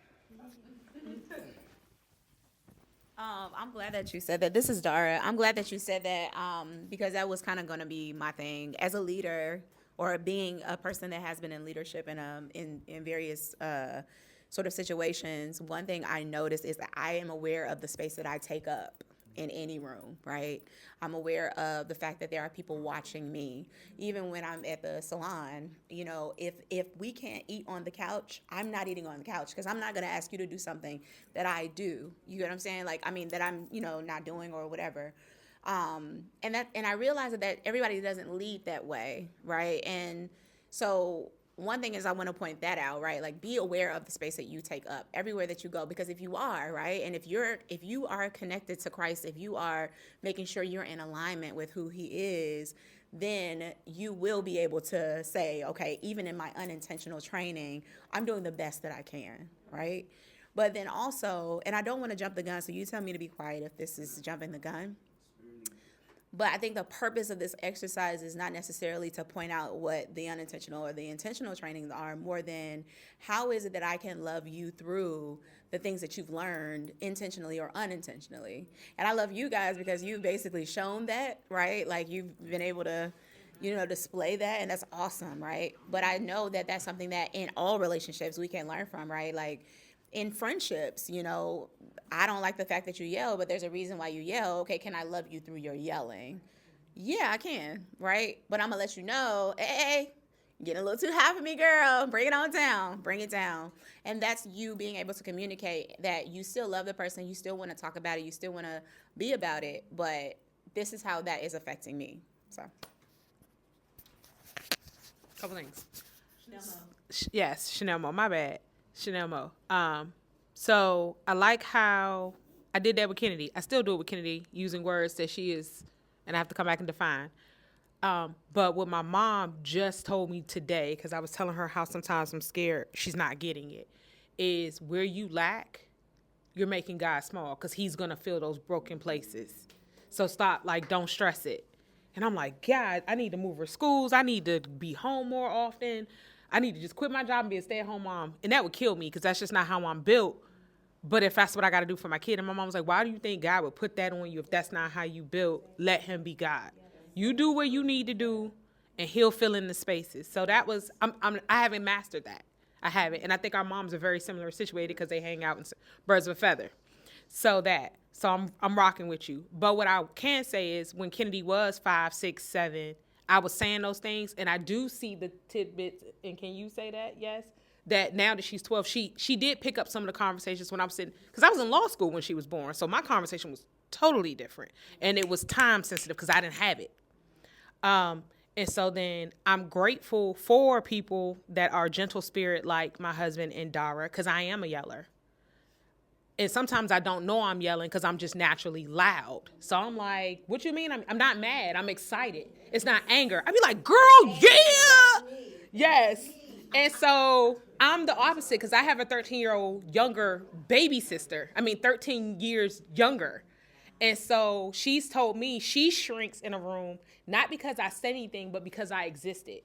She's like, you come in and you're like, you're this, you've achieved that, you've done this, you left nothing for me to achieve. And I was like, God, like, how do I? So I'm still praying about how do I exist? Because I don't ever want to, I want to have a shine that gives you permission to shine or makes you shine. So, but she didn't tell me that. So she was like 22. So now I'm intentional when I walk in the room with her. And I'm like, I won't be cold, but I'm going to hold my opinions because she holds my opinions such a high esteem. And I'm like, girl, I'm proud of you. Like, I be bragging about you behind your back, but she didn't know that. I'm sorry. So I want to encourage you, if you've never told her, not in a heated moment, but like in a moment where like y'all go on a sister date, and that's what we've had to do now, go on sister dates. And she has to tell me, you doing too much energy. Like that's what because she's introverted, she's a homebody, she's everything I'm not. And I'd be like, I'm exhausted after the date. I am, because I'm like, she's just like her father. Yes, my stepdad. I am my mother, she is my stepdad. And it's like, I'm trying. I'm constantly like, ooh, and she's acknowledged, I see it. Thank you. And her boyfriend sees it and he goes, yo, sis, you doing it. And I'm like, oh God, I thank you. But I also, what I mean by them being grateful for them, because they do love me through it in different ways. And I'm grateful, and this is what I want to say, I'm grateful for your friends, because what I can't hear from him at all, sometimes she's straight up co-signing, and for whatever reason, I can get it from her. It's easy to swallow from my girlfriend, my best friend. So like the fact that both of his boys are in Christ, let him go to them birthday parties for the month. I actually ask you to open up more than 4 times a month or a year, because you got other seasons in your marriage where you're going to need them, because they're going to see things not necessarily her way, but God's way. And I'm stubborn, as you can see, don't tell me no. Like that's a real personality trait that I'm still trying to work through. But when she come through and be like, did you really say that? I'm like, that was wrong. So, and then I go back in the house and I be like, I'm sorry. He be like, who you talk to? I was like, well, you talk to her. He does. And he's not a yeller. So it's like, I'm yelling. And he be like, I'm going to go and make breakfast. And I be like, you ain't got nothing to say to me after all of that? He be like, we can talk once we eat. And it gives us both time. And I think because that's his place, like cooking, and he's getting his frustration out in that, and he gives me chance, and he go, just journal it, and then you can adequately communicate. He doesn't say it like that. He be like, you could talk to me better. So those are just suggestions, and I wish he had some friends. Guys want to be friends with him, but he's an introvert. He's you. He can stay in the house, in a room, by himself forever. If it ain't just you. Like, he can stay in the house by himself. He said, as long as I'm good and the kids, we good. I'm sorry. Oh, did you? I mean, you got it. Oh, no, he was. I asked if he wanted to say something. He's about to change the like, it's about to be a different. No, I'm not about to change. I'm about to ask a question, but I think I got a feeling he's going to answer the question that I got for him. You got a question for me? Yeah. Okay, well, this is Kenny. Going back to the intentional training, my mom and my dad were together, so they both had a hand on it. My mom was in Christ. My dad, he knew of a relationship, of being a Christian or whatever, but he was still in the world, right? When I was younger, my dad was doing drugs, hung out with the drug dealers, and even to a point when my friends got older, they were selling drugs to my dad. So me being from the city, it was hard, but he would always tell me, be better than me. So that's the intentional part that I got from him. And just like you said, your dad used to always take you to work with him. My dad owned his own tree company, worked for the White House. Obviously, back then, you know, some parents get struck out on drugs and they lose everything that they got, but they still try to build on it, right? So when he owned his own tree company, he used to take me out and work and pay me just like all the other guys, but I would get paid more, obviously, because he said, you my son. But what that showed me until recently, by digging in the relationship with him and his dad, they were not close. Like when his mom was pregnant with him, his dad left. So for him to try to rekindle that relationship when I'm like 18 with his dad, it was like, it was hard for him. And you could see where his frustration was and why he did not, why he went to the drugs and things of that nature. With that being said, I try to be more hands-on with KJ. But my dad was always open. If I wanted to drink, he would let me drink with him. If I wanted to, I got my first smoke of weed with him. But it was seeing the things that happened to him made me not want to do those things. So, you know, not doing as your parents do, but be better was my unintentional learning. Just being around positive role models when I started to work in the industry of just retail and seeing men do other things. They were like, hey, I'm gonna show you how to do this. It was like, okay, these guys are really raising me to be a man now, right? How to hold a job, how to be professional. So having those type of outside connections to help me be the person that I am today makes me pour back into my family. Helps me raise KJ, which is our son, in a different way, right? To make sure that he has that relationship, make sure that he's able to come to me when he needs whatever he needs. And his granddaddy is not on drugs anymore now. He's here and he's available to them, and he's They don't know that, man. they don't know that guy. But as a young kid, when I was younger, trying to find out, mom be like, okay, where's your dad? And I don't know. And I'm out in the street like, hey, you seen my dad? Oh, he over in that house. And I go knock on the door and tell him, hey, it's time for you to come home.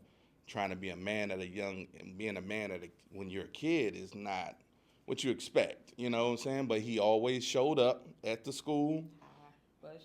But he showed up always at the basketball games. But what I've learned is, and my mom and him, they never divorced till she passed away recently 5 years ago. They were married, and she stuck with him, and they worked through everything. So her having that grace, unconditional love makes me love my wife anymore. Like, you ain't going nowhere. I ain't going nowhere. Like, we in this together. So me being quiet is my grace point when it comes to her rambunctious or loud self. But I love it all in person because I'm quiet. But she's the reason why I talk now, because I used to be the introvert. I used to be the person who shies back in the conversation. When she come in the door and she yelling at me, like, why are you yelling? Just like, you get it, right? But I would encourage you, don't stay there. I would encourage you to speak out and have those conversations when it gets timid, because it's only going to make your marriage stronger. It's only going to make y'all be able to talk more, and your relationship grow from there. No, he had a question for you. Oh, you have a question for me? That's when he come back around. Oh. Okay. You about to say something? I'm going to say something real quick before you get it. 'Cause I just want to just have this on recording because I'm going to forget. I thank y'all two brothers. That was the question. You just ended with the question that I was going to ask you, actually. What's that? The question was, like, how do you deal when she's operating in that A type and what she said?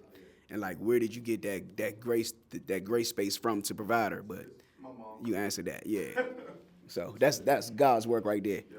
But I do want to say I thank you two brothers, right? And I'm gonna tell you why, because I don't have that personality that's real chill, lay back while my woman is coming at me like that, right? And I didn't learn that. Like, I didn't have a grandmother, grandfather, or whoever that operated in that way. Like, all the women in my family will bark at you. You get tired of their nagging. And the men in my family, none of them are like chill for real. Like I told you, my father, when I seen my father, he had a knife. Like my grandfather, not my biological grandfather, but that's the man that my father know. He was a player. Like, she bark at him, he leave the house. And so I'm saying, I'm thanking y'all because it's making me consider, like, all right, I really need to learn how to humble myself and be able to respond in more of a loving manner if I do run into a woman that has that dragon. I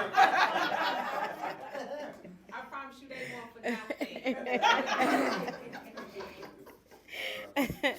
This is Kim. I'm just going to go back to the intentional and unintentional training. My mom was intentional in her training me, where it was to be a go-getter. Her unintentional training was she never kept a man, and I picked up that too. And so my mom was married twice. Me and my two siblings all have different dads, and you know, it's my way or the highway type of woman, and that trained me not to be that. I did have my share of men before I met Van or whatever, but with the my way or the highway thing, that's not me at all. And I'm not always a dragon. I'm really not a dragon. Like, it was just that one day. Whatever. But to Chanel Mo, exactly. It's brother Smoo over there that got me like this. But anyway, to Chanel Mo, I have tried to talk to my sister. Like, okay, before me working with her, helping her build her business, we were the closest things. She was one of my best friends. Watching her grow her business, she became a monster. We're all in Christ. I was always, oh, that's that's Sean's sister, her little sister. No, I have my own identity. I'm not LaShawn's little sister. I'm Kim, my own identity. So I always battled with that. And the intentional training I got from my mom with my sister was, oh, you know your sister, just let her be her. And so I had to be like, okay, that's her. And so working with her, and in the beginning stages, I hated my sister. Hated her. I would come home to Van like, Van, if I leave her, God's going to be mad because I'm on an assignment. So I'm like you, I can't put God so small if I'm on an assignment for him. I'm on his assignment. So I'm like, God, you got to give me the strength to stay there, to be there, to build with her, to do. And if you're not going to change her, change me. Because I'm emotional, not emotional in a I'm scared way or I'm timid. I'm emotional because when I talk to her, I came to her humble. I came to her open-hearted. And I knew we was going to have this conversation. The Holy Spirit already told me. Well, why you coming at me like this then? If he already told you, why you coming at me like this? And I'm coming at you, and I'm not saying my sister's a bad person because she helped me get to where I am now, right? But when I came to her, it was about, okay, you're not paying me. I'm a wife now, and it's me and my husband. We're providing for each other, right? I'm working for you for free. Every day, all day. You can't give me something? Just something? No, I thought you was doing this just to help me. Whoa. I said, my intentions are to help you. I am on an assignment, but you can't offer me nothing, like nothing. And then when I went to my mom, told my mom, oh, you know your sister, just let her do it. If it was for you, I'm sure she would have done it. My sister already said, when you get your business, I'm going to hire people to do it. It doesn't mean the same to me because you didn't get dirty with me. I got dirty with her. I got up at 6 o'clock in the morning every day to go with her, to build her foundation, her business, her child care center, everything. I stand on firm what she's doing, but how I was like the punching bag. I was just a let it all out person. And then when I came home to him, I had nothing for him. And we were newlyweds. I had nothing for him, minus when it came to sex. I was everything. But everything else, I was nothing. I was tired. I was exhausted. Let me take a nap first, and then we can talk. But in the Kenny situation, we communicate all the time. All the time. He does allow me to be big, but he's a big person as well. He used to be called Party Boy. Oh, okay. And his growth with Christ and our growth together. Yeah, and they have stories, honey. You missed it last time. They have stories. Anyway, but we have big communication. Our marriage is based off of that since day one, honestly. Of us meeting, he told me I was his wife. I was the one in denial, And still, until we got married, I was like, no way, this is still a denial thing. But with what my mom intentionally taught me was to be that alpha. Mm-hmm. She never had a man that opened doors for her, took out trash, cooked and cleaned. She did it. So that's what she taught me. So when it came to Van, I had to sit back because he opens every door for me. He closes every door. He takes out the trash. He massages my feet. He compliments. This man greased my hair before. And I had to just be like, oh, okay, I've never experienced this. So I had to accept that, acknowledge it, and now that's what I am. And if he don't go to the door, I'm just standing there like, don't now, brother. I just stand there like, you gonna do this or what? Because we did get in a disagreement of that. I can't open the door. I'm not handicapped. It's not about you being handicapped. This is how I was taught. You are my woman, my wife, my da-da-da-da. So this is how you're gonna get treated. So I just had to adapt. I'm still adapting. At 37 years old, I'm still adapting. I'm still learning. Everything. I got into a fight for being this big energy. I'm sorry. You got Y'all gotta teach a class, man, because there's a bunch of, I'm gonna say this, people can get mad as I don't know what. This is Joaquin, I'm gonna say this. Yeah, y'all gotta teach a class because women have to be able to accept this stuff, or you'll shut a man down. He'll stop trying to do this stuff, period. Right? Like, because a lot of times it's in men to do this stuff, but they try it. Women like, what are you doing? Get on it. You know what I mean? It's like, no, you got to fall back because, like, this, seriously, this is how, like, women should be treated. The world wants to make women hard and things like that. Nobody want that. God don't want none of that. You know what I mean? And it's like, that's a man taking his natural place of literally like, this is how I want to treat my wife. It's going to sound so bad. Fall in line and let this stuff happen to you. You know what I mean? If your wife makes good changes, are you going to do the things you used to do? Say it again. If your wife has improved her behavior, will you go back to doing the things you used to do? What is that? Writing me love letters and wrong. breakfast on Sundays. That's going. Write that down. We don't address that. Oh, wow. I got I used to get 4 questions. body size cards. All right. Hold up, Tamika, because first question's for you. But go ahead. Go ahead, Miss Tamika. All right. While you wait for her, I do have a scenario that I think just safe space. May I? How long is this going to be? How you go from 20 seconds to a minute or something? Just a minute. Thank you, bro. So I think that, I'm not trying to be funny, that white women, I told Dar this a while ago. I was in grad school, and I told y'all. So I had a roommate named Mindy Jo Hollingsworth. She was, oh, damn. Oh, sorry. Edit it out. But this girl was bad, and she was a sophomore in college at the time. And this guy had been asking her out for months. And she kept coming home telling me and my other roommate, I ain't trying to holler at him. We was like, just go on a date. Like, what's going to hurt? So we had planned, me and my other roommate had planned to leave out, but she wanted us to be there while he come to, you know, how girls do. Tell me about what you think. So she had taken all day, like, got her hair done, everything, fly. So she walks out the door. We are putting on our shoes. That means we had to, you know, you try to give people time to get away from the house. Before I could get my second shoe on my foot, Mindy was back in the house. And I said, what happened? She said, girl, he got me in the car and asked me, so what you want to do? If you can't plan a date, you can't lead me anywhere.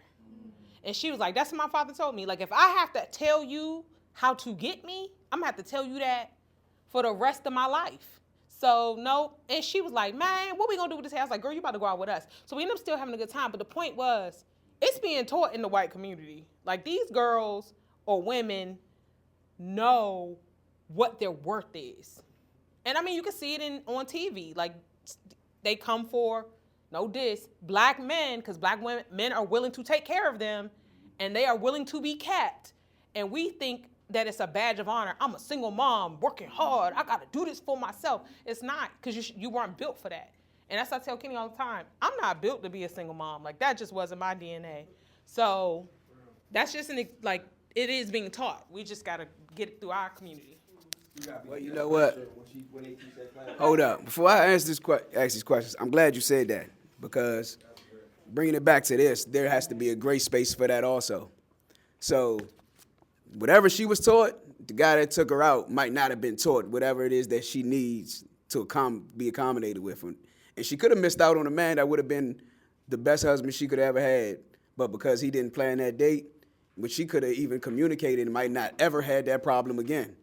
Because who knows, you can't measure his effort off of that. That's her first time meeting. If she say, well, you know what? I was raised that men should lead and should plan a date and everything. That one statement could have made his efforts be like, oh, she on her stuff. Let me get on mine. I'm gonna be the best man I can be, because I see that she's worth it.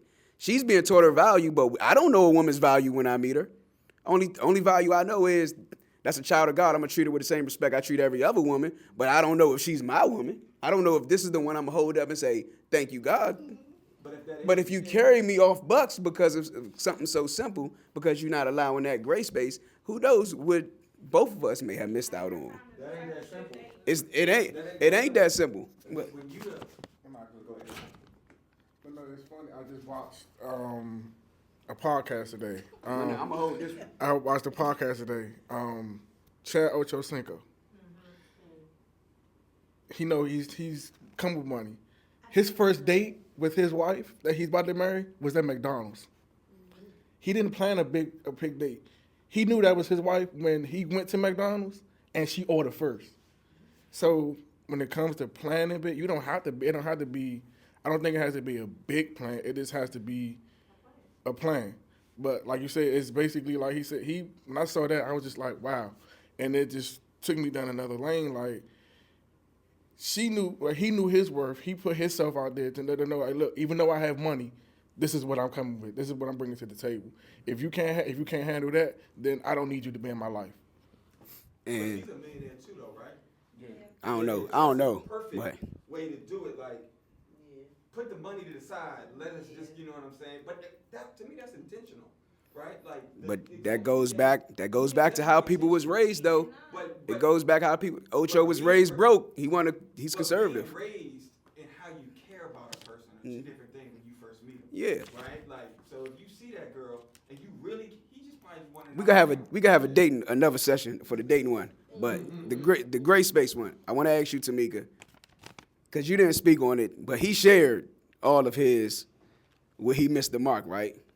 So and you said something, the last one, that will always ring in my head, because in this day and age, I've never heard a woman say that until you, when you was like, I wanted to make sure I checked off all the boxes. Like, I stood before people and made vows to God, and you said, I wanted to make sure before I leave or whatever, that basically I'm right with God in this whole situation.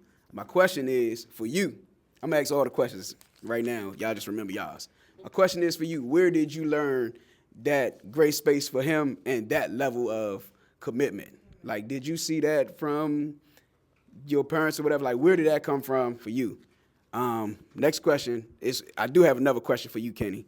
she had said something like along the lines, correct me if I'm wrong, where you was like, I think your mom had intentionally and unintentionally trained you to like not need anybody. Like, do you ever get that sense that she doesn't need you? That's the question I have for you. Don't answer yet. And I had a question for you. Well, question for Joaquin. So I know Joaquin a little more personally, and you shared something about how when you was younger, y'all moved around a lot. And I know, because I know you, that you had opportunity to move, again, in a greater opportunity. Well, I ain't gonna say greater opportunity, but greater financial opportunity. But look, greater financial opportunity and everything to really next level up on providing for your family and creating legacy, whatever else. And so my question for you is, what was it that made you not want to make that move? Because your childhood shows you ain't nothing wrong with moving around, but you decided to stay. And for Kim, I wanted to ask you, this isn't have anything to do with Van, but your sister, who you were speaking, because you were speaking how she was, and I wanted to ask you about Grace Space for your sister. Not saying that you got to continue to work for her and work for free, not be compensated to feel like you're being used, but the Grace Space to where it'll preserve that relationship. And the question is, like, why do you believe she's that way? Like, who was, I know you said all your siblings had different fathers. Like, who was her father? Because she's half of her father also. So her personality, her character traits, half of that could be coming from that side of the family also. Like, so who was her father and what was her experience as a child? Because some people don't take advantage of family, but others do. And like they'll tell it's easier to take advantage of family because some people just feel like that's your family, they're supposed to do that for you. So that's just my question, like, do you have that great space for her and do you understand her experience might be the reason why she's that way? So.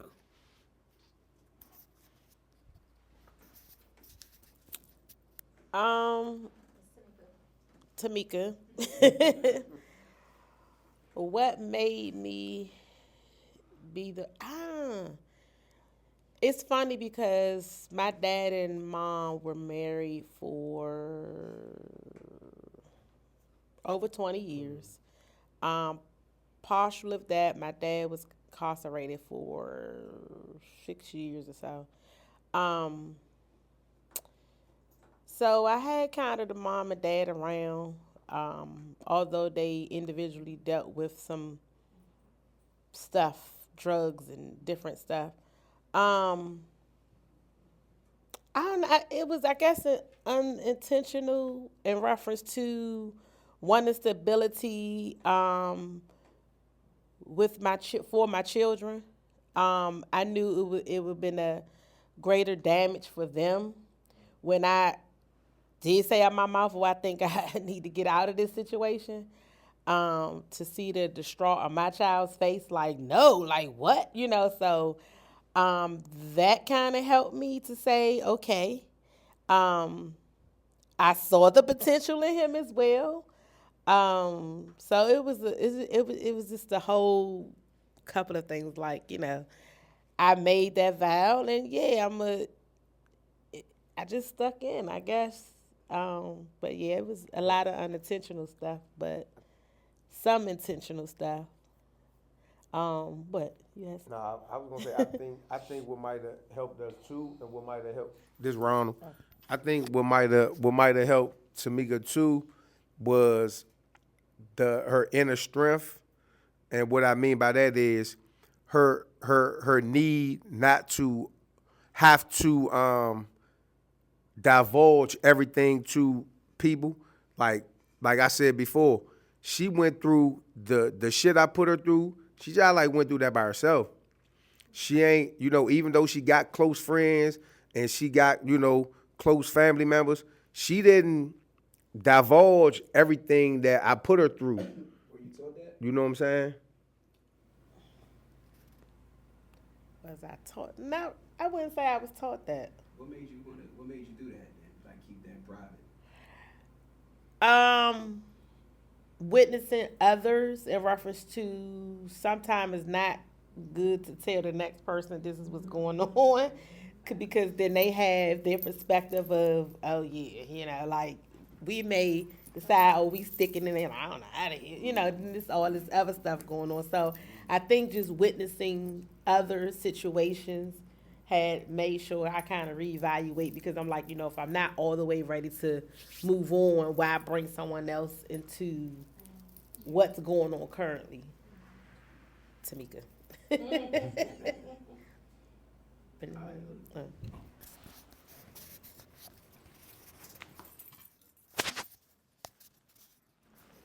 So this is Kenny. Repeat your question again, AJ. It was, do you ever feel like she doesn't need you? Like, did she ever give you that sense, like, 'cause she was like, you was trained to not need anybody, like, I don't need a man. Like, have you ever got that sense from her? Like, what am I doing if you don't need me? I don't think I have.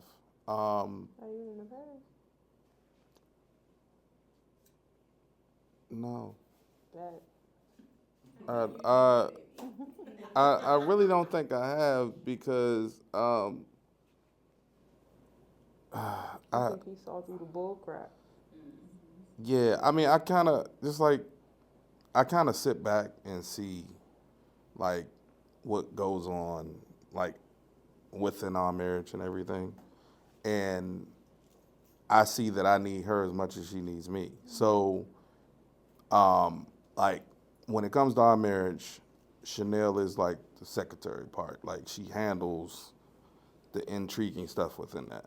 When it comes to getting stuff done, like around the house or dealing with intentional family stuff, like the kids and all that, like, that's me. But when it comes to like managing like kids' schools and all that stuff, she kind of like leads the forefront on that. Like, we use each other's strengths and weaknesses. I mean, not saying weaknesses. We use each other's strengths, and we can see our weaknesses where we need to fit in. In our marriage, was that an issue in the beginning? Yes, because the communication wasn't coming across, or it was a more so of the intent to the unintent as communication-wise. Like, she wants me to do this, but it's not intentionally being explained what she wants me to do. Or me just like going on and just being like, okay, well, I'm going to do this, but that's not what she really wanted me to do. So until that got expressed, we were hitting the wall. But counseling and having couples in Christ to actually walk us through that just made our marriage stronger. So does she make me feel that she doesn't need me? No. Nope. Not at all. Amen. This Joaquin. So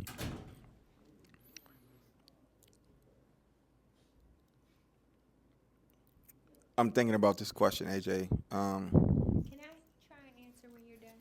Yeah, you answer first.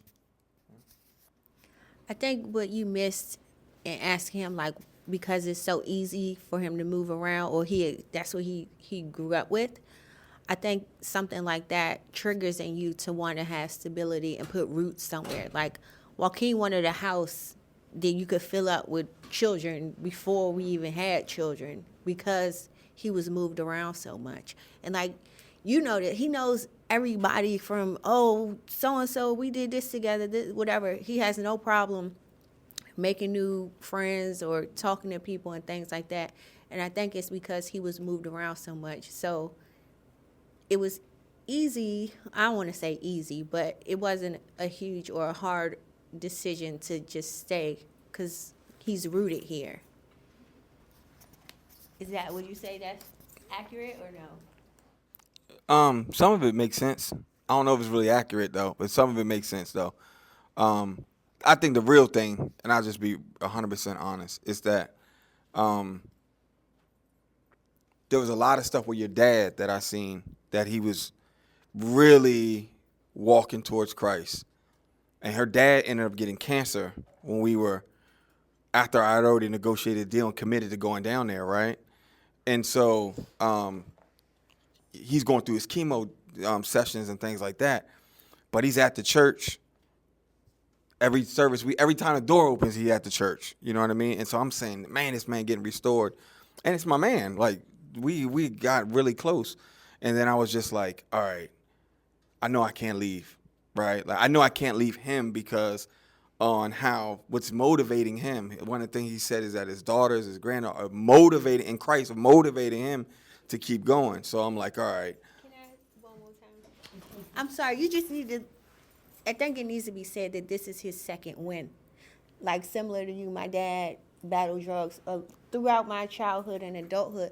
We really didn't connect again until my daughter was born. She's 10 now. So that was like him getting back into my life, like seriously for real. And now he's like every birthday, every whatever, everything. And it felt like when he shared his diagnosis, I said, this is so unfair. Like I just got him back and he could be taken away from me.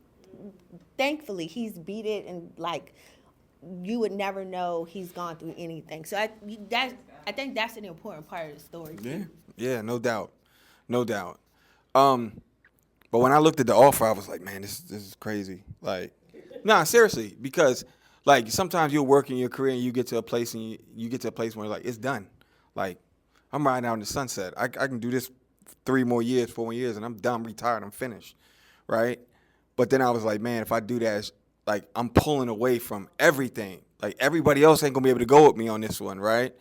And so, you know, when I was thinking, I was like, man, there's still stuff I gotta do in the community, at the church, like locally, things like that. So it's like there was unfinished business I had, and so it was tough. It wasn't a tough decision, but when I look back on it, sometimes I'm like, man, all right, I really did walk away from a whole lot from that, right? Like, but you trust God, right? Like, you know, God's gonna come through, and whatever He's gonna come through, and if He doesn't, then that means He still did, right? Amen. Yeah. This is Kim. AJ, your question kind of hit deep. I'm not going to get emotional. I'm trying not to. But my sister's dad, from what I know, was a crackhead, I think, or a drug addict or something like that. And he was not in her life most of her life. And then they rekindled and began a relationship. And then she has a sister the same age as me from him.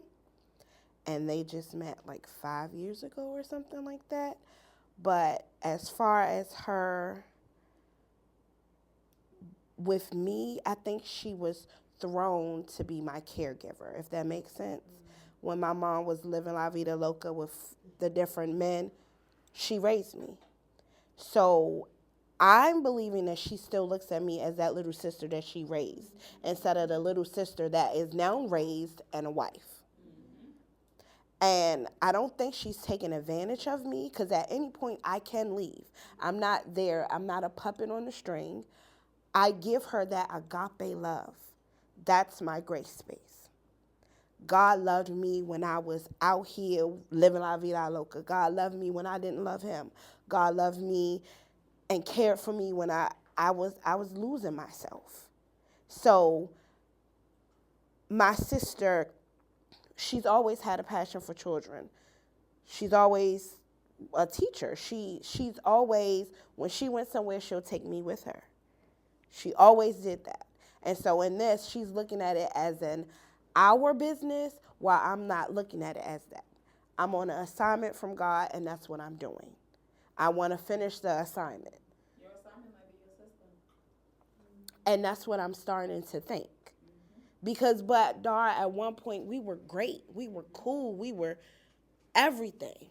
Everything. Before Van, I was with a guy, and she was like, God's going to bless you once you let him go. Let him go, da-da-da-da. That was my right. It's like this stroke up about to cut this nigga. He coming up in my house. I don't know where he live at. We was banging. That was my boo. That was my sister. But seeing her grow her baby, like you said, your business is your baby with your business partner. That's how she's looking at it with me. I'm not your business partner. I don't even want to be with children anymore, honestly. But I'm doing it because God gave me the assignment, and he gave it to me so clearly. I have not worked with children since 2015. So we've been open for a year now. So I haven't got a chance to tell her because it's a rebuke every time I tell her how I feel or something. We had a women's fellowship a couple of weeks ago, and her husband is a chef, and he catered the fellowship. I serve alongside the first lady. So my assignment on the serve team or whatever is decor, setup, da-da-da-da. Everything was set up for her husband. When she came, she was like, I need this. Can you wash this? Can you do this? Can you da-da-da-da, da-da-da-da-da? And I'm just like, and I came to her on, not after the event, and I said, oh, Sean, you gave me anxiety. She was like, what you mean? On the defensive tip already. I was like, because when we talked on the phone, you told me what you need. I already had it set up for you.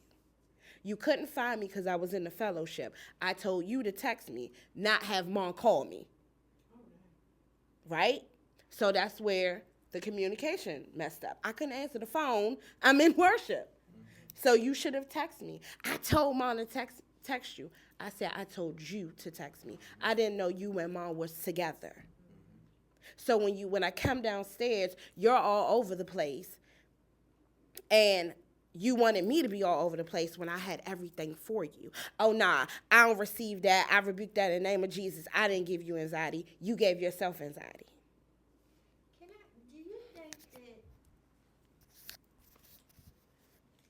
Do you think that your sister may see a lack in herself with all the things that you are able to do and achieve? Your name? Chanel Dion. Chanel, I think so. I think,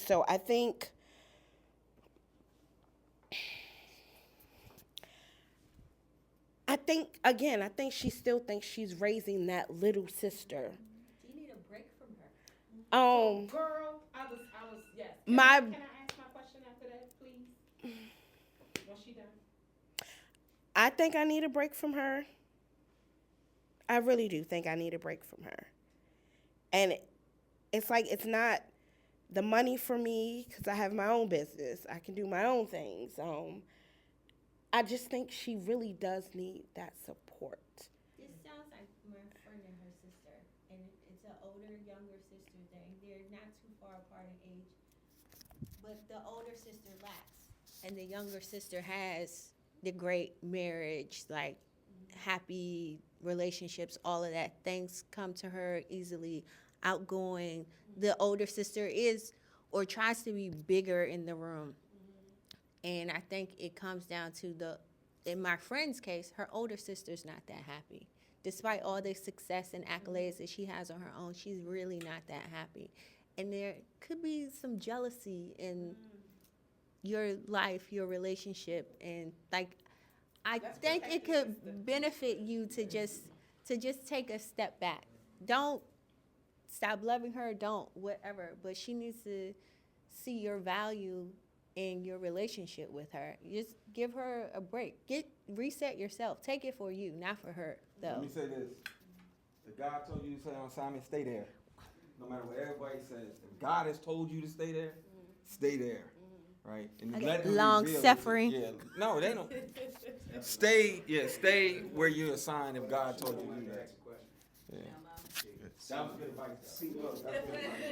So Chanel Mo, we doing a devotional called the Saul Seek First, basically off of Matthew 6:33. Seek ye first the kingdom of God and his righteousness, that all things will be added unto you. But one of the topics was walking in humility and obedience. And it starts off, humility is defined not as thinking less of yourself, but as thinking of yourself less. And so it got to the point where the question that it made me think, and this is the question I have for the circle, when is it okay, and I think I posted it in the share, how do you reconcile to love unconditionally and to love from a distance? Because sometimes, as I'm with Chanel D on, is your assignment to stay right beside her and support her, or is your assignment to support her by saying, like, sending her the emails or doing the paperwork, but you don't have to see her every day, or telling her this is how I can serve you in this capacity while still growing in this. So not completely cutting her off, but putting healthy boundaries where you can still not thrive, just be joyful, because it's to some degree taking your joy. And so I know God, and nowhere in the scriptures, and I've talked about this with some of my friends, because people be like, God wants you to be happy. It is nowhere in the scriptures where he talk about like he wants you to be happy, but he does want you to have joy. And so if it's to the point where she's taking away your joy, I'm not telling you to walk away from your assignment. I'm asking you to go to God and ask, is this really an assignment? Is this how it's supposed, because people like God give the abstract, but to me, he gives the specifics too. How am I to move in this assignment?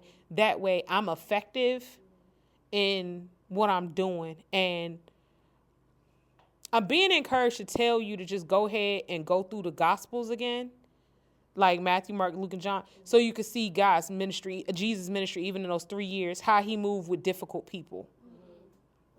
And that way, it won't build up so much contention, because you got some in your belly for, and I'm like, well, then is that really serving? Is that really doing the assignment with joy and, wholeheartedness? So, and I hope this isn't coming off as a scolding you, but I sat with this this morning, because I'm like, I have some people in my life where I'm like, do I cut them off? And I'm always getting the word no. And one is my biological father, because he is a very extreme man. But I'm like, no. He's like, no, because I don't cut. Like, he didn't cut the Pharisees off. He didn't even cut Judas off. Judas cut himself off. So these are the things that God is bringing me to. I'm like, oh, dang. He never cut he had those difficult conversations, and some repeatedly, because they tested him repeatedly, and he was ready. But when he walked away from it, he didn't carry no tension. It was just like, I'm going to address you, and then I'm going to move on to the ministry. I'm going to move on. Like, look at, and this is what he's showing me, look at the parable or the subject matter right after he gets checked, like tried to get checked. Every time the Pharisees tried to check him, look at the next thing that happened, right, or that the scriptures point to about Jesus' ministry and those. And I feel like that would encourage you on how to move. I'm not telling you specifically how, but maybe it'll give you some freedom in your movement with her, and it won't be so contentious. But I'm going to be candid. My sister did cut me off for a little bit until she found her voice on how to communicate what she needed from me. Because that for a long time, she was like, I didn't even know how to tell you, because I didn't know who I was, because I was too busy trying to live up to who you were. So that part. So I hope that helped. But that's the question for anyone else, the reconciling love unconditionally, and love permitted. We good. Right, text that, please. Thank you. And I'll say this. And yes, ma'am, you can. Here. Go ahead. To Chanel and Chanel. I've done all that. Except for giving her the space, because Not her, you. Giving me the space, because I'm like, Because you're clearly pouring out to her. I am, but like, why am I forgetting your name right now? Joaquin. God gave me the assignment. I have to finish the assignment. It's something on the other end of the assignment that I have to finish. I have to finish. I believe God speaks to me clearly, because I asked for him to be clear to me. So in my devotional, I'm doing like a 365-day devotional. It's like knowing whose you are, giving grace. It's, I forgot something else. And then even at church, it's servanthood. It's love. It's everything God is like, you're going to get, you're going to do. I'm giving it to you. Just keep going for me, please. All this is happening in the last 2 weeks. I went to God specifically and I said, da-da-da-da-da. If she says no, if my sister says no to this request, that means it's time for me to leave. And he made it able where I can just, it just came out. I didn't even have to ask. I was just like, oh, I want to do that, da-da-da. Oh, put your leave in. I was like, what? Like, look, Lord, I didn't even ask you. Like, she said yes, and I was like, okay, God, I hear you. So I'm emotional. I harbor stuff. Like, for instance, I'm doing this Valentine's thing, and Tamika told me, no, they can't make it. And I'm just like, oh, I really wanted her there, and I'm still harboring it. You know, not harboring it in a bad way, but like, dang, them was my people right there. Them my hype people. That's my hype couple. We're going to have fun with these games. They gonna toot it up for me and stuff. And I'm just like, dang, like, it's like a dang moment for me, if that makes sense. But I have to finish this assignment because it's something on the end, and I'm believing it for Van and I. I have the utmost respect and honor for you for that, because definitely complete the assignment. God told you something. Obedience is better than sacrifice, and delayed obedience is disobedience. But I do want to say this in regards to assignments. Our pastor always used to say this. He got this from his old pastor, one of his pastors. And then God hit me up on this because I'm more task-oriented than I'm people-oriented. But he used to always say, mission first, people always. And they're not to be separated. The only reason I'm saying this, and the whole reason we do this is to bring us closer together. Not just as couples, but as humans, period. Like, yes, you should have the highest regard for your spouse because that's your covenant that you made with God and everything, but we're still supposed to have another unconditional love for the people we deal with, our families, strangers, people we deal with on an everyday basis. But the thing is this, the assignment is the people. That's why it can't be separated. I think the last time we was here, we shared something, and Dara had said on a clip that she's learning that the relationship is, the relationship is more important than her peace. Because the peace is going to come from God. You can't create your own peace. Your sister's not going to, nobody on this earth is going to give you the peace. The peace is God's responsibility to give you. And he told you how to do that. He said, if you keep your eyes on me, I'm going to give you perfect peace. But what he told us to do is how to steward the relationships. That's when he said, if you do wrong to these people, you do wrong to the least of these, you're doing wrong to me. You do good to these people. What that saying is, God cares about this right here, this relationship. The assignment will always be people. It's not a task. And so God had to check me because I'm like, I recognize my personality type is task-oriented. He said, I don't care about none of that, son. You better be people-oriented. That's the task is the people, and that's that. And so she said, however you do it, you want to be effective. You want to be 100% effective on how you do the assignment, right? What that saying is, it's equivalent to saying I want to be 100% effective on how I steward this relationship with my sister. And I'm just going to close out with that.